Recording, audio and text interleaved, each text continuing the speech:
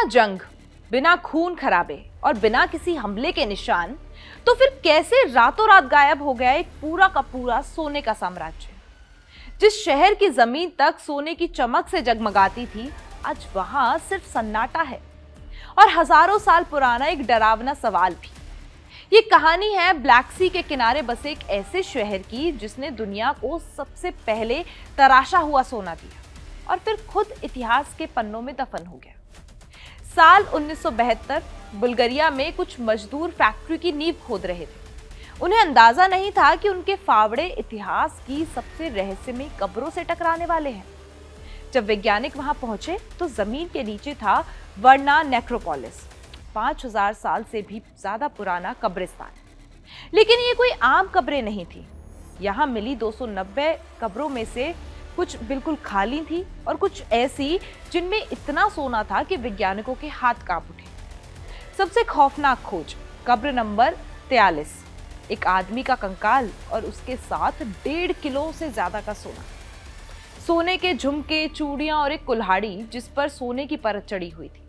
Reports बताती हैं कि पूरी खुदाई में मिला ज्यादातर सोना सिर्फ 4 कब्रों में ही था, यानी आज से हजारों साल पहले भी यहाँ शक्ति कुछ हाथों में सिमट चुकी थी। इन कब्रों से दुर्लभ शंख, ज्वालामुखी पत्थरों से बने तेज ब्लेड भी मिले। वैज्ञानिक कहते हैं कि ये हथियार नहीं थे, ये दौलत और ताकत के प्रतीक थे। आज के करीब 7000 साल पहले यहाँ के लोग सोने को पीटना, आकार देना और उस पर नक्काशी करना जानते थे। लेकिन फिर करीब 6000 साल पहले सब कुछ रुक गया। लोग गायब हो गए, घर खाली हो गए और शहर वीरान हो गया। और सबसे डरावनी बात, यहाँ युद्ध का कोई सबूत नहीं, ना कोई तलवार के निशान, ना टूटे कंकाल, ना सामूहिक हत्या। कब्रों में पड़े शव शांति से सो रहे थे। तो फिर मारा किसने? वैज्ञानिक अब शक जताते हैं कि क्या जलवायु ने धोखा दिया, क्या संसाधन खत्म हो गए, या फिर अमीर गरीब की खाई इतनी गहरी हो गई कि पूरी सभ्यता अंदर से ही ढह गई। इस रहस्य से पर्दा उठ सकता था, लेकिन साल 1991 में खुदाई अचानक रोक दी गई।